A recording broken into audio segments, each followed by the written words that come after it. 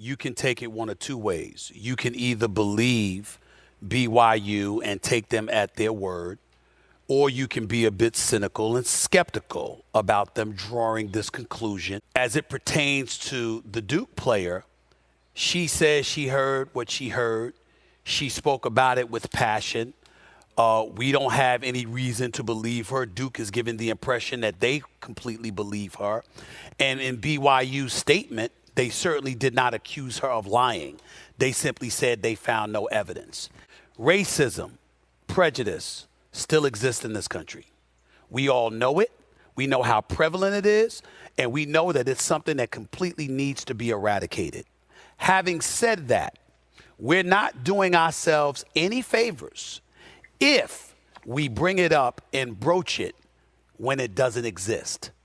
What we do is we dilute the profound argument of racism and prejudice when it really, really occurs, because people are hearing it so much, they think we're whistling into the wind. So it's something that we need to be mindful of, and we need to make sure that when we make those assertions or those allegations about other people, that they're as close to irrefutable as we can get, so nobody's accusing us of making something up.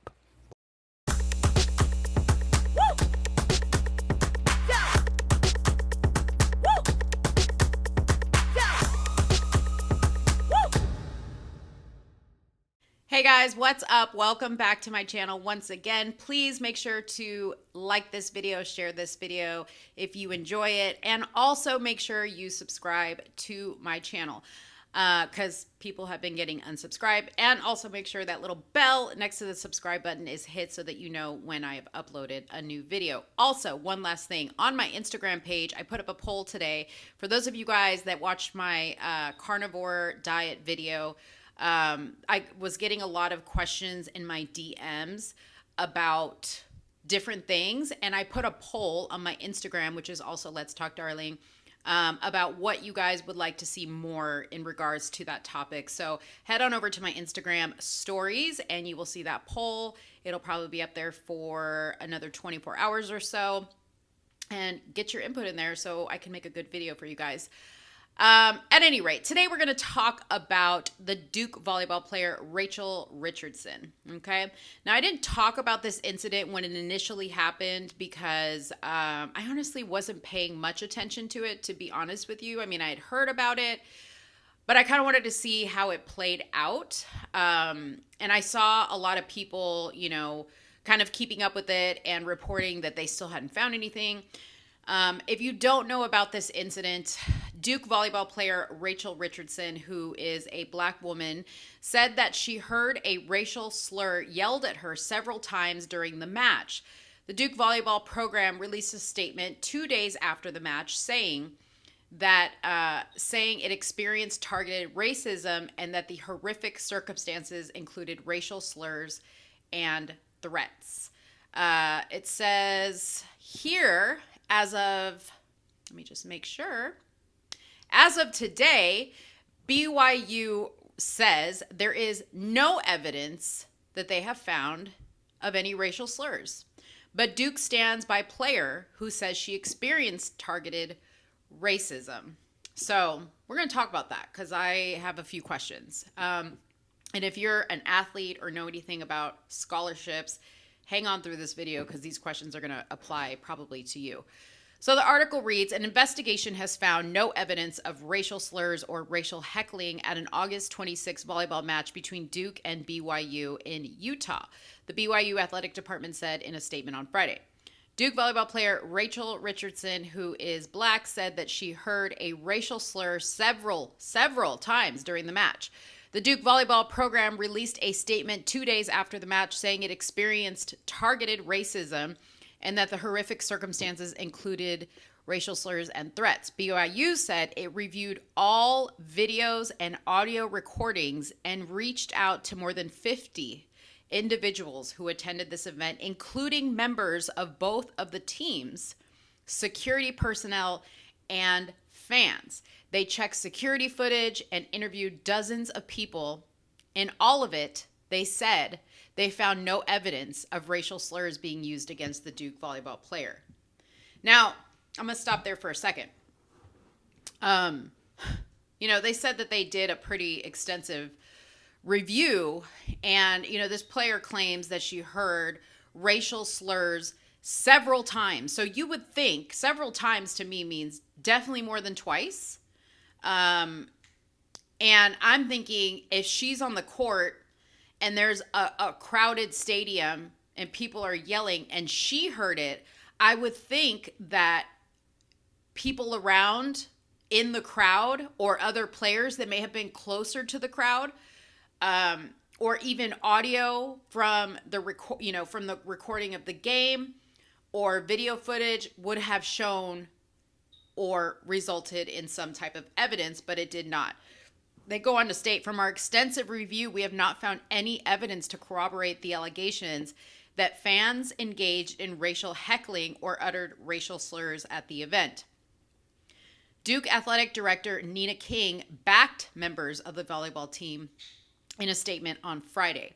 The 18 members of the Duke University volleyball team are exceptionally strong women who represent themselves, their families, and Duke University with the utmost integrity, King said in a statement.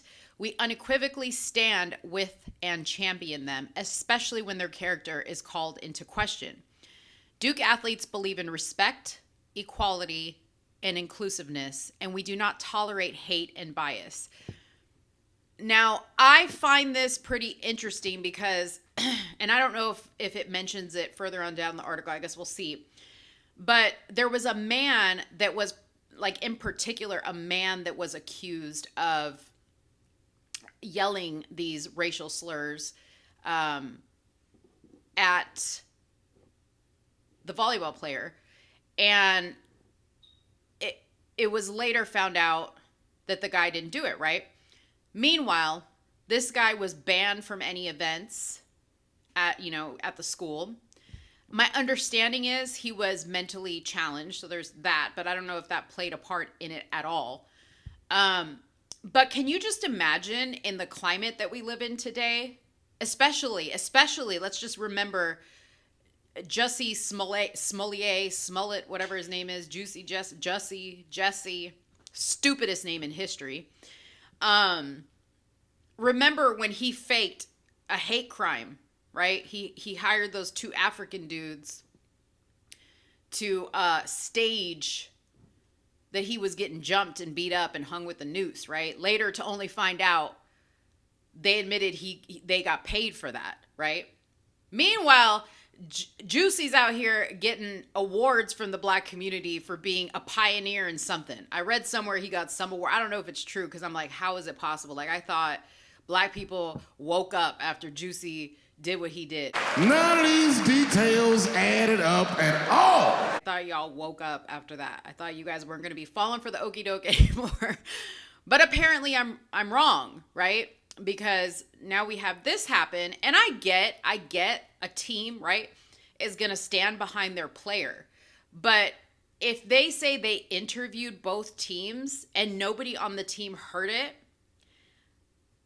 is somebody going to stand up and say, hey, girl, if you heard this, I'm sorry, but I didn't hear it.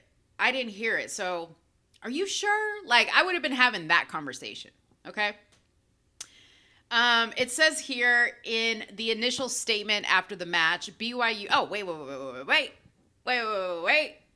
I forgot about this part. So it says here, Duke athletes believe in respect, equality, and inclusiveness. Okay. Was it respectful to accuse a fan of saying something he didn't say, making up a lie? I mean, we're just going to say it's a lie now because there's no proof of it. Okay. We did the investigation and there's no proof of it. Was it fair to him? Was it respectful? Because he could have gotten beat up by people, right, who were going to stand behind this girl. We had that, I think it was a basketball coach that canceled a whole game for her team in solidarity for this situation, rather than saying, you know what, we're going to go there and whip the tail off these people, and show them who we are, what a real coach should do.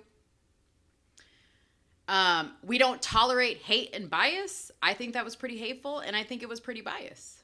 I do. But That's just my 2 cents. We'll continue.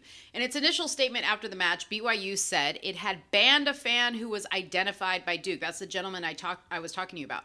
The fan was sitting in the student section, but was not a BYU student. After its investigation, BYU said it lifted the ban on the fan who initially was alleged to have said the racial slur during the match. We have not found any evidence that the individual engaged in such activity. That man should sue the pants off this school. Don't you think? Okay? And furthermore, her scholarship should get revoked and she should be kicked off out of the school. Not just off the team, out of the school. She should be, again, I go back to what I said in a previous video. If you don't make it hurt, she will not learn her lesson. And other people who are watching this nonsense are going to think that this is what they should do so that they blow up on the internet. But see, Duke stands by the player, even though she did this.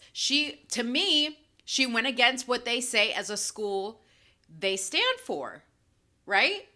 And here's the question that I have for athletes that went to school on a sports scholarship is, don't you have certain rules that you have to abide by, and they're very strict in order to maintain your scholarship, right? So like you can't be caught out, disrespecting the school, wearing your school outfit or uniform or, any type of merch from the school. Anytime you are representing your school, you cannot go out and intentionally or unintentionally make the school look bad. Is that not part of your scholarship contract? I think it is. I'm pretty sure it is. Because if it isn't, then my boy Matt Ariza, who is just under investigation for an alleged gang rape, should have not been removed from his football team. Well, granted, this happened while he was in college, but still, innocent until proven guilty, correct? Anyways, Duke's officials and students stand behind Richardson. Of course they do, right? Because they're afraid. They're afraid to say, what? You lied? Girl, you made us look bad. Why? Because she's black. That's why. Because they can't stand up and say when wrong is wrong, because it has nothing to do with your skin color. It has to do with the content of your character, and her character is rotten to the core. Duke is standing by its athletes. In a statement, read the fine print. It says Duke is standing by its athletes. It doesn't say that they're standing behind her specifically or the volleyball team specifically. It says by its athletes. So that's a very safe statement. In a statement, Duke University Director of Athletics Nina King says volleyball players represent the school with the utmost integrity. Did I already read this? And she stands with them, especially when their character is called into question. In a statement, BYU officials said someone will assume the school was selective in its review. They say they were as thorough as possible in their investigation. If you got to look that hard for racism that she supposedly heard on the court, it did not happen. If she heard it on the court, but the dude sitting next to the dude who supposedly said the racial slur didn't hear it, and all the people around him didn't hear it, and the cameras didn't even pick up him mouthing anything, and the video footage and the audio didn't pick it up, and none of the other players on the other team, come on. Character my ass. Character my ass. What was the student who called that have to gain by lying about being called that? What does she have to gain? A whole lot, okay? Because we have mothers taking their kids to the Sesame Street experience claiming that the Sesame Street character was racist because they didn't give their black child a high five. Look at Juicy. Look at him receiving awards for being a pioneer after faking a hate crime. A lot they have to gain. These people go viral over this stuff. Y'all don't understand what a drug the likes and the shares and the notoriety is for people. They don't care if it's negative.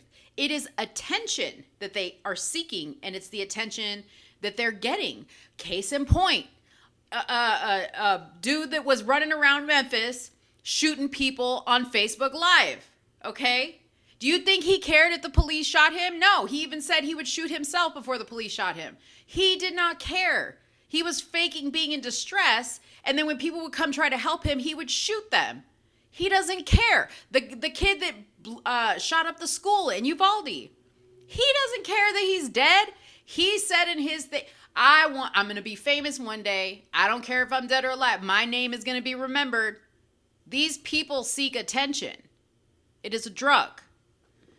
Anyways, when the allegations were first made, BYU's athletic director Tom Holmes said fans did not live up to their best. He also met with Richardson. If you knew her, you would have loved her. What does that have to do with anything? BYU asked anyone with evidence to come forward. Nobody has. So I want to know what you guys think in the comments box below. I think people like this are incredibly destructive because in the cases where there really truly is a racial hate crime going on, you people are ruining it, okay? For those people that really are getting attacked, not unjustifiably, but are racially being attacked, you guys are ruining it for them because, it's going to get to a point where now everybody's going to look at these cases and go, I don't know if we can believe you. You know what I mean? So I want to know what you guys think, but drop your comment below. I'll be back with another video. Make sure to like, comment, and subscribe. I love you guys so much. I'll talk to you later. Bye-bye.